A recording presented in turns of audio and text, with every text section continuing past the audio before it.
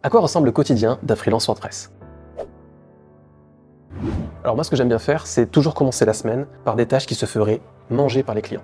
Donc en gros, le lundi matin, le lundi après-midi si on peut se permettre, il faut le consacrer à des tâches qui vont nous permettre de préparer le business de demain. Ça va être du coup peut-être pour certains communiquer sur les réseaux sociaux, améliorer son référencement naturel, prospecter, pour être sûr que du jour au lendemain, on va pas avoir tous les contrats qui vont terminer et plus aucun prospect devant soi. Donc toujours commencer la semaine par ce qui ne peut pas être pris par les clients. Ça veut dire aussi de pas forcément ouvrir les emails le lundi matin, pas voir les urgences du week-end, mettre des œillères et au début se dire non, début de semaine, tout début de semaine, il est pour moi. Mais ce qui fait qu'on peut avoir peut-être des matinées assez intenses, il faut avoir de belles plages, 2-3 heures d'affilée, pour bien avancer et que chaque projet aille à terme.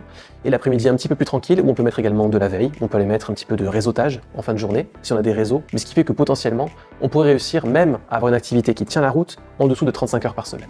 Au final, c'est vrai que chacun va pouvoir concevoir un petit peu son agenda et sa vie comme il le souhaite. Certains sont pas du tout du matin, ils se lèvent à 10-11 heures et ils travaillent différemment avec l'après-midi et la soirée. Certains sont beaucoup plus du matin. Certains aiment voyager et vont pouvoir peut-être continuer à travailler avec leurs clients en déplacement, en voyage, à l'autre bout du monde, chez eux, chez la famille aussi pendant les fêtes. Peu importe, en fait, on a une liberté maximale parce qu'on peut travailler à distance, on a tout ce qu'il faut aujourd'hui, il suffit d'avoir la fibre et on est tranquille.